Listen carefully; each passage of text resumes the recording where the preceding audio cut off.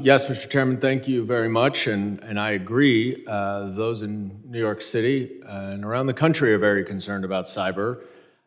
We must be operating in la-la land here, having a hearing on preparing the pipeline, examining the state of America's cyber workforce, where we have 3 academics who have been brought in by the majority to talk about the education and training that we need for more cybersecurity employees, while at the same time, the president and his unelected billionaire master are gutting every single executive branch agency. What's the point of having a pipeline with education if you're taking away all of the jobs? If you're sending unvetted teenagers with no security clearance into our various executive branch agencies, allowing them to hack and slash into the government payment systems, the government portals, the government databases, without any regard to cybersecurity, putting them on private servers.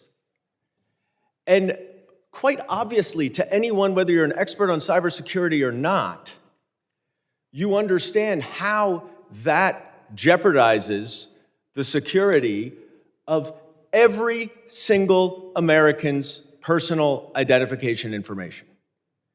It provides an opportunity for China, who just executed the largest cybersecurity breach of the federal government ever a couple months ago, to have access to private servers that are so clearly easier to hack into, and we have no idea whether these people have security clearances, whether they got their security clearances because Donald Trump passed an executive order saying that he can just bestow security clearances on anyone for 6 months.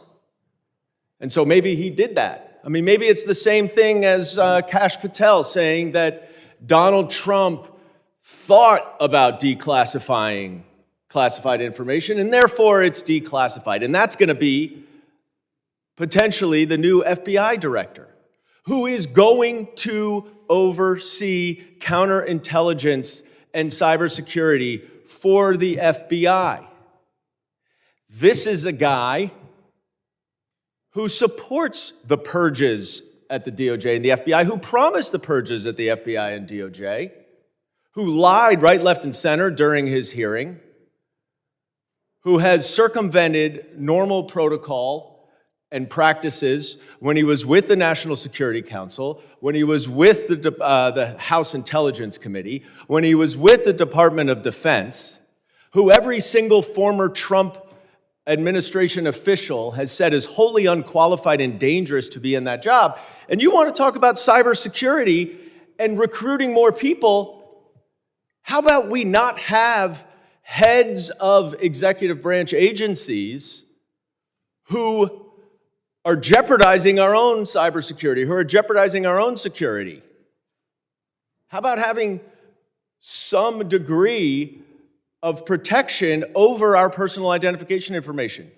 Who on earth would ever want to join the federal government now?